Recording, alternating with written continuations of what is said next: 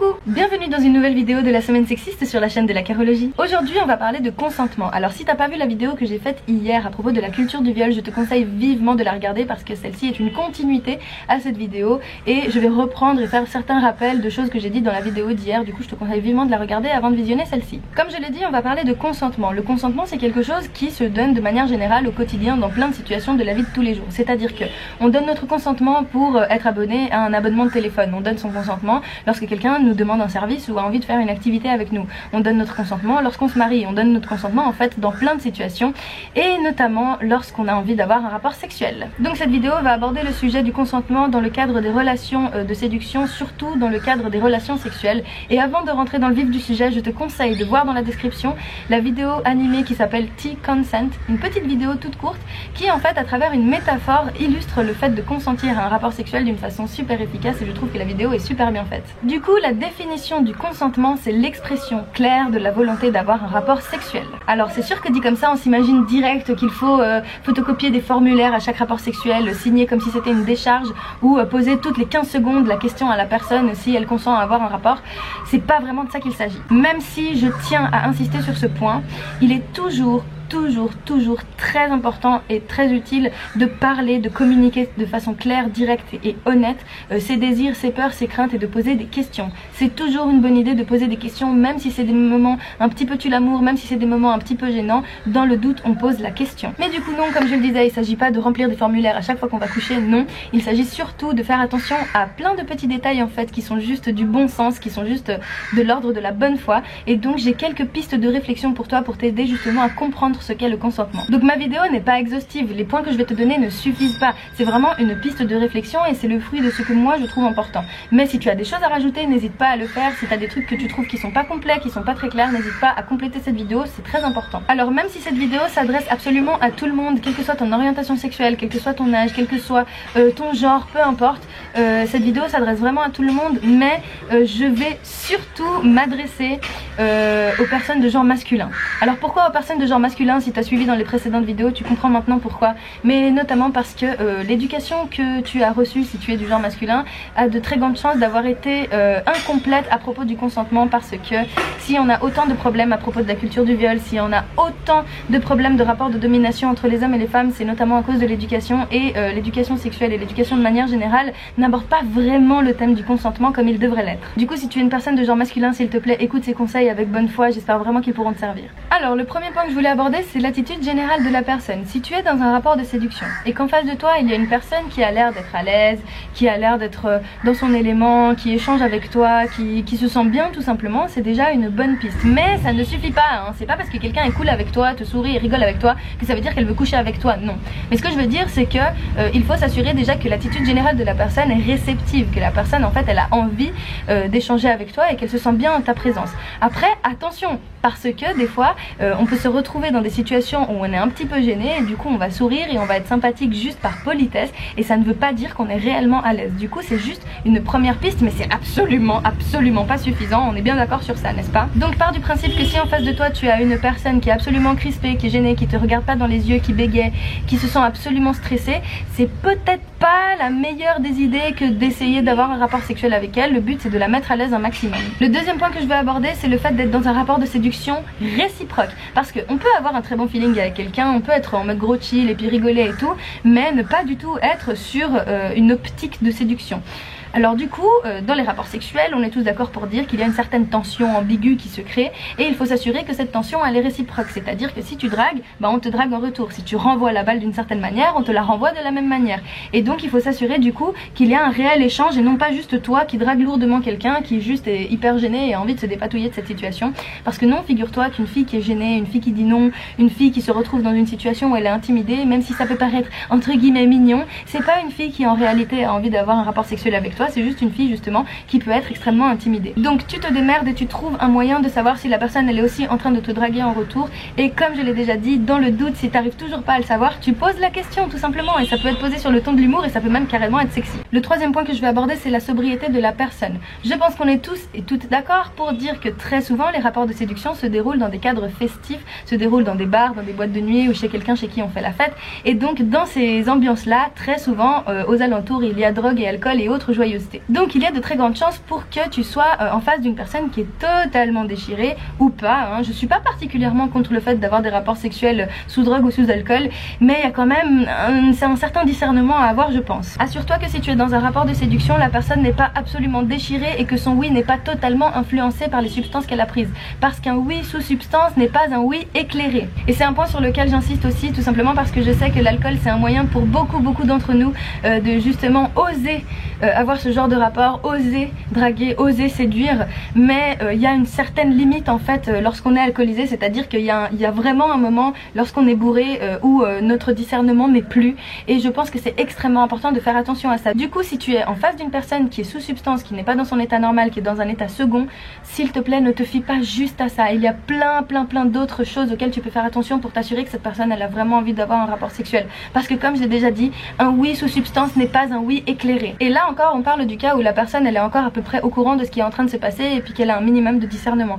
Par contre à partir du moment où tu as quelqu'un de complètement déchiré devant toi, qui n'a plus aucune notion du temps, de la vie, de la réalité, son oui est un non, point. Vraiment retiens ça, et parce que dans le doute c'est toujours mieux de ne pas avoir ce rapport sexuel. Tu peux vraiment créer de grosses séquelles et de gros traumatismes à la personne si elle est totalement bourrée et sans se rendre compte elle se retrouve dans ton lit alors qu'en fait elle n'en avait pas du tout envie. Si ça se trouve elle va même pas se rappeler de ce qui s'est passé, si ça se trouve en fait elle se rappelle même pas de ton prénom, de à quoi tu ressembles, et ça peut être vraiment un gros problème. Du coup c'est toujours mieux de ne pas avoir ce rapport. Donc là on a abordé l'attitude générale, on a abordé les rapports de séduction, on a abordé la sobriété, et à nouveau comme je l'ai dit c'est pas des points qui suffisent, il y a encore d'autres choses auxquelles faire attention. Le quatrième point que je voulais aborder c'est le contexte. Est-ce que la personne avec laquelle tu es en train de flirter elle est dans un contexte intimidant? Est-ce que quelque chose pourrait la pousser à se sentir obligée d'avoir un rapport sexuel avec toi? Parce que figure-toi que ça peut arriver, et ça arrive énormément en fait.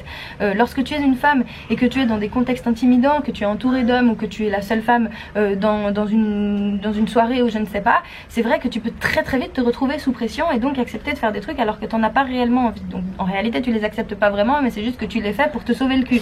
Parce qu'on a peur, hein, on a peur de se faire frapper, on a peur carrément de se faire lyncher, humilier ou violer par plusieurs personnes. Il y a plein de choses qui peuvent arriver. Du coup, toi, si tu es avec cette personne-là, assure-toi qu'il n'y a rien autour d'elle qui puisse lui foutre la pression et qui puisse l'intimider et qui puisse la pousser à justement se sentir obligée à avoir ce rapport.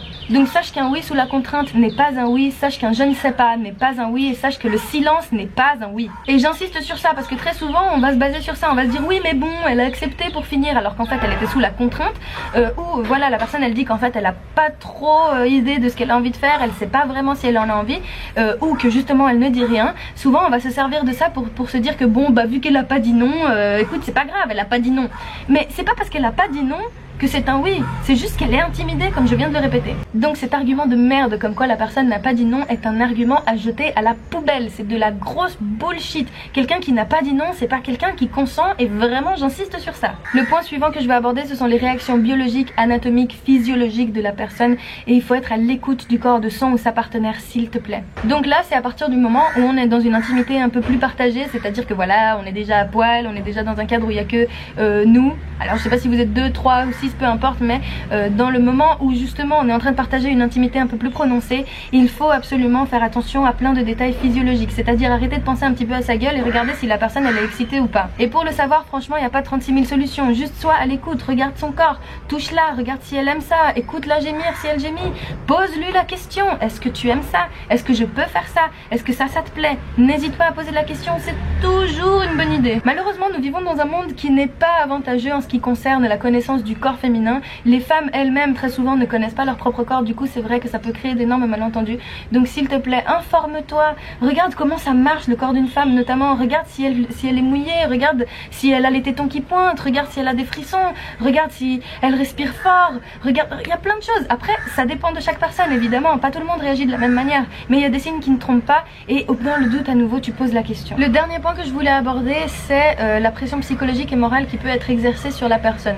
Donc ça peut faire un rappel par rapport au contexte intimidant, mais là on va parler encore d'autres choses qui sont un peu plus compliquées, notamment lorsqu'on a déjà une forme de relation établie avec la personne en face de nous. Alors qu'est-ce que j'entends par là? J'entends le fait que notamment dans le cadre des couples, parce que ça peut arriver, parfois il y a une forme de pression psychologique qui peut s'exercer sur la personne avec qui on veut avoir un rapport sexuel, comme si c'était son devoir que d'accepter de coucher avec toi sous prétexte qu'elle sort avec toi. Je te renvoie à ma vidéo d'hier qui à un moment traite du viol conjugal, donc je vais pas le réaborder ici, mais ça ne s'applique pas seulement au couple, ça peut aussi être juste dans des cadres de relations de manipulation, des relations toxiques dans lesquelles il y a du chantage, dans lesquelles il y a des menaces, et donc dans ce cas-là, un oui n'est pas un oui. Et même des fois, il n'y a même pas de oui, il y a juste l'action qui est faite parce que justement la personne elle est manipulée, et ça c'est pas non plus du consentement. Et là on peut aborder le sujet de la pédophilie, donc c'est extrêmement délicat et j'ai pas envie de dire des conneries à propos de ça, mais je tenais quand même à aborder ce sujet parce que c'est notamment ce qui se passe lorsqu'on est face à un enfant ou une personne mineure, c'est que la personne elle est très facilement manipulable, et c'est pourquoi un enfant ne donne jamais son consentement. Un enfant n'a pas le discernement de donner son consentement pour des rapports sexuels, tout simplement parce que c'est très manipulable un gosse. Loin de moi l'idée de vouloir faire de l'agisme, c'est-à-dire de discriminer les jeunes parce qu'ils sont jeunes et de partir du principe qu'ils sont cons et stupides, non, mais je pense qu'il est quand même très important de se rappeler qu'une jeune personne ou qu'un enfant est en construction, qu'il découvre la vie, qu'il est en train de savoir qu'est-ce qu'il a envie de faire, qu'est-ce qu'il n'a pas envie de faire, qu'il est en découverte de son corps, et que dans ces moments-là de la vie, c'est très facile de manipuler quelqu'un. Du coup, un oui sous la manipulation ou même un silence sous la manipulation n'est pas un oui. Il y a d'autres choses à savoir à propos du consentement, notamment le fait que c'est pas parce que tu donnes le consentement à une personne une fois pour un rapport que cette personne l'a gardé à vie. C'est pas parce que j'ai voulu coucher avec toi une fois que je vais vouloir coucher avec toi à chaque fois. Non seulement le consentement ne se donne pas à une personne à vie, mais il se donne aussi à chaque moment du rapport. C'est-à-dire qu'il y a des choses qu'on accepte de faire à un certain moment, peut-être qu'on n'acceptera plus de faire à un autre moment. Et même pendant le rapport même, il y a des choses que l'on peut accepter et d'autres ne pas accepter. C'est pas parce qu'on a dit oui pour la fellation qu'on dira oui pour la sodomie. C'est pas parce qu'on a dit oui pour le plan à 3 qu'on dira oui pour le gangbang. Donc c'est très important de se rendre compte qu'à chaque moment du rapport, il faut que ce consentement soit présent. D'ailleurs, la personne, elle peut changer d'avis pendant le rapport sexuel. Peut-être qu'au début, elle avait envie de toi et puis pour finir, elle se rend compte qu'elle en a pas du tout envie, ou que tout d'un coup, elle a stressé pour quelque chose, ou qu'elle a pensé à quelque chose qui lui fait du mal. Et donc, il ne faut pas culpabiliser si tu sais c'est un rapport sexuel, franchement, c'est pas grave. Donc oui, c'est possible qu'une personne au début ait envie de coucher avec toi et même pendant qu'elle couche avec toi, elle se rende compte qu'en fait, elle en a pas envie parce qu'elle a stressé, parce qu'elle a pensé à quelque chose ou parce que tout d'un coup, elle se sent mal, et c'est légitime. Si elle n'a plus envie de faire ça avec toi, respecte ce choix et tu t'arrêtes. Même si t'es à deux doigts de jouir, même si au début elle t'avait dit oui, peu importe, c'est très possible que pendant le rapport, tout d'un coup, elle n'en ait plus envie, et il faut écouter cette volonté. Donc là, ce qu'il faut retenir, c'est que le consentement, c'est quelque chose qui se cultive, c'est quelque chose que l'on redonne et qu'on le redonne à chaque fois. C'est pas quelque chose qu'on donne à vie et qui reste figé dans le temps. Maintenant, je vais surtout m'adresser aux personnes de genre féminin, celles qui ont justement le plus tendance à subir ce genre de relation. Parce que certes, il y a certaines choses qui peuvent rentrer en jeu, que l'on peut ne pas comprendre, il y a certaines questions que l'on peut se poser, et du coup, je vais te dire ce que moi, personnellement, j'ai retiré de mon expérience, parce qu'il y a plein de trucs que j'ai réussi à comprendre après coup. Conseil numéro 1, si tu es très stressé, il faut écouter ce stress et savoir pourquoi est-ce que tu es stressé. Il y a plusieurs raisons qui font que tu peux être stressé avant un rapport sexuel. Il y a peut-être l'adrénaline de la première fois, il y a peut-être l'excitation de l'inconnu, et donc c'est vrai que ce sont des situations où tu peux ressentir du stress, mais c'est du bon stress entre guillemets, parce que en fait l'excitation gagne sur le stress. Par contre, si tu es stressé au point qu'en fait tu n'es pas du tout excité parce que justement le stress gagne sur ton excitation, il faut écouter ce stress et il faut savoir pourquoi est-ce que tu es stressé, et donc éviter d'avoir ce rapport sexuel au risque de te sentir extrêmement mal. Donc en fait il faut réussir à faire la différence entre appréhender quelque chose, être excité à l'idée de quelque chose et du coup ressentir une sorte d'adrénaline, et le stress qui fait qu'en fait on n'a pas du tout envie parce qu'on se rend compte qu'on est dans une situation inconfortable. C'est pourquoi il faut faire une balance entre les deux. Est-ce que ton stress est en train de gagner sur ton excitation? Si oui, essaye de voir qu'est-ce que ça veut dire, essaye d'exprimer le fait que tu es stressé, essaye de désamorcer la situation en parlant du fait que tu es stressé, dans la mesure où tu as envie d'avoir quand même ce rapport sexuel. Du coup, si en fait tu n'en as pas envie et tu te rends compte qu'en fait tu es stressé tout simplement parce que t'as pas envie d'avoir ce rapport, du coup ne l'est pas et écoute ton corps. Et ne te sens pas coupable, même si au début tu as voulu te mettre dans cette situation là, comme je l'ai dit tout à l'heure, tu as le droit et c'est légitime que tu changes d'avis et il faut pas t'en vouloir pour ça. Ce qui me fait transitionner sur le deuxième point, qui est le fait de ne jamais culpabiliser d'interrompre un rapport sexuel. Même si ton partenaire est en train de surkiffer, même si ton partenaire est à deux doigts de l'orgasme, même si ton partenaire est en extase totale, ne culpabilise jamais de cesser un rapport sexuel. Au pire des cas, ce qui va lui arriver, c'est qu'il soit extrêmement frustré, mais figure-toi qu'il y a une solution contre la frustration, c'est la masturbation. Au pire, il se finira tout seul. Alors que toi, la pire des choses qui peut t'arriver, c'est vraiment beaucoup plus grave que ce qui peut lui arriver à lui. C'est-à-dire que tu peux perdre confiance en toi, c'est-à-dire que tu peux avoir honte de ton corps, c'est-à-dire que tu peux commencer à développer des problèmes psychologiques parce qu'il y a mille et un trucs qui se sont passés dans ton cerveau à ce moment-là. Et ça, c'est beaucoup plus grave que juste être frustré sexuellement. Du coup, si t'as pas envie d'avoir un rapport sexuel, n'hésite jamais à le cesser, vraiment, j'insiste sur ça. Le troisième conseil que j'ai par rapport à ça, c'est que si tu as la sensation que ton esprit se déconnecte de ton corps pendant un rapport sexuel, c'est qu'il y a quelque chose qui ne va pas et qu'il faut savoir qu'est-ce qui se passe. On est beaucoup trop nombreuses et c'est quelque chose qui arrive extrêmement fréquemment, que pendant un rapport sexuel, en fait, t'en as tellement marre et puis tu sais tellement pas quoi faire de ton partenaire, tellement il est chiant, tellement il est insistant, tellement il en a envie et tellement en fait il agit d'une façon dominante que du coup ton esprit se déconnecte totalement de ton corps. C'est comme si tu laissais ton corps à la merci de ton partenaire, comme si t'étais plus là, comme si en fait c'était un réflexe de protection pour que ton corps il se rappelle pas en fait de ce qui se passe. Parce que moi personnellement ça m'est arrivé plus d'une fois d'être dans un rapport sexuel où je suis avec une personne qui ne veut pas arrêter, qui lutte pour finir et qui voit bien que moi j'en ai pas envie et je le dis que j'en ai pas envie, mais que la personne elle me dit attends c'est presque, et donc là je laisse la personne finir et franchement je vais pas m'en vouloir de faire ça parce que ça sert à rien que je me foute une double peine, mais je te jure que c'est pas des moments agréables à passer et que certaines personnes peuvent le vivre comme un très gros traumatisme. Malheureusement de très nombreuses femmes vivent seulement ce genre de rapport sexuel et c'est extrêmement triste parce qu'elles ne se rendent elles-mêmes pas compte qu'en fait c'est possible d'en avoir autrement, parce qu'en fait c'est une habitude. Comme je l'ai dit, dans la culture du viol, on vit dans un monde tellement misogyne qu'en fait on a l'habitude d'être dans ce genre de situation comme si on était en arrière-plan, comme si on n'existait pas, et du coup même dans le cadre des rapports sexuels ça se reproduit. Si tu te reconnais dans mes paroles, et je sais qu'il y a de très grandes chances pour que ce soit le cas, s'il te plaît prends le temps de réfléchir à ça, prends le temps de communiquer avec ton partenaire, prends le temps de savoir pourquoi est-ce que ça arrive, qu'est-ce que cela veut dire, et de justement ne plus revivre ce genre de situation. Quatrième conseil que j'ai, c'est que parfois dans les moments où justement on est stressé, on a peur, où il y a certaines questions qu'on se pose, on n'ose pas les poser justement pour ne pas passer de moments tue l'amour, pour ne pas énerver notre partenaire, pour ne pas le décevoir ou le frustrer. Mais sache une chose, communiquer c'est toujours un bon moyen pour désamorcer ce genre de situation. Exemple, si tu es totalement stressé à l'idée de pratiquer la sodomie par exemple, mais que tu en as très envie et que ton partenaire aussi, mais que tu te rends compte que ton corps il répond pas, qu'en fait t'es totalement bloqué parce que tu stresses, n'hésite pas à parler de ce stress, même si t'es à poil, même si vous êtes en train de vous chevaucher, tu peux lui dire écoute là j'aimerais bien qu'on discute du fait que je suis pas bien, et c'est possible, et des fois ça détend l'atmosphère, ça peut même être drôle, on peut même donner une touche d'humour à tout ça, tout simplement parce que c'est un moyen juste de décompresser un coup et de permettre à la personne d'exprimer ce stress et donc de l'évacuer. Et le cinquième conseil que je voulais donner, c'est que toi aussi tu dois être à l'écoute de ton propre corps. N'attends pas de l'autre qu'il devine absolument tout, qu'il sache absolument tout à propos de toi. La personne n'est pas médium, elle peut pas savoir à ta place qu'est-ce qui te fait kiffer. Du coup, masturbe-toi, essaye de savoir qu'est-ce qui t'excite, essaye de savoir si à ce moment-là, pile à ce moment-là, t'as envie de ce rapport sexuel, si t'as envie vraiment que ça se passe.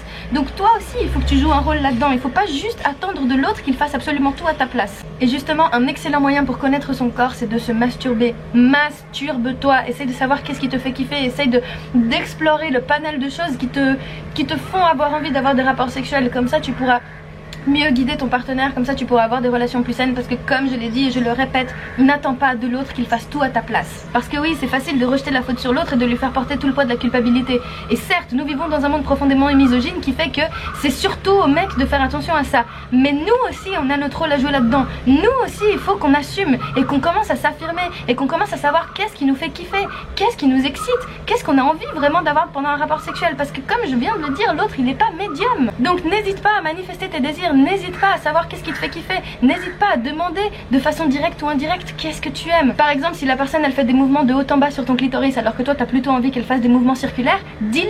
Écoute, je préférerais plutôt que tu fasses des petits ronds. Va plus vite, va plus doucement, appuie plus, appuie moins. Lèche-moi les tétons parce que je suis sensible des tétons. J'aimerais bien qu'on essaie la sodomie parce que c'est quelque chose qui m'excite, etc.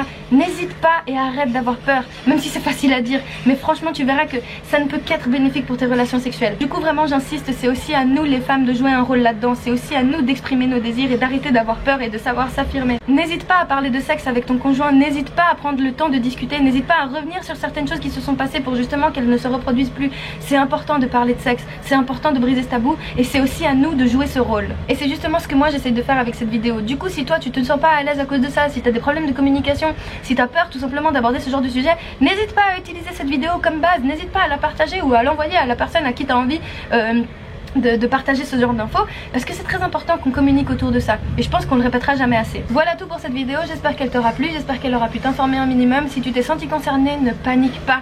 Ne panique pas, tout cela a une solution. Vraiment, c'est déjà un très grand pas que de se rendre compte et d'ouvrir les yeux à propos de ça. Donc si c'est le cas pour toi, ne panique pas. Pose des questions, informe-toi, pose des questions ci-dessous. Si tu veux, on peut refaire des vidéos à propos de ça. S'il y a des trucs encore que tu ne sais pas, s'il y a des choses sur lesquelles tu veux revenir, si tu as envie de parler d'un témoignage de ton passé, de choses que tu as pu faire et que tu as compris aujourd'hui, par exemple si tu es un homme et que tu as totalement radicalement changé à propos de ça, n'hésite pas à nous partager ton expérience, à dire bah écoute, avant moi je faisais comme ça et j'ai compris telle chose, telle chose, telle chose qui fait que maintenant je ne le fais plus. Donc vraiment on a besoin de ce genre de témoignage, donc n'hésite pas, toujours dans la bienveillance et le respect. On se revoit dans une prochaine vidéo bientôt, d'ici là prends grand soin de toi et n'oublie jamais vraiment que je t'aime très fort.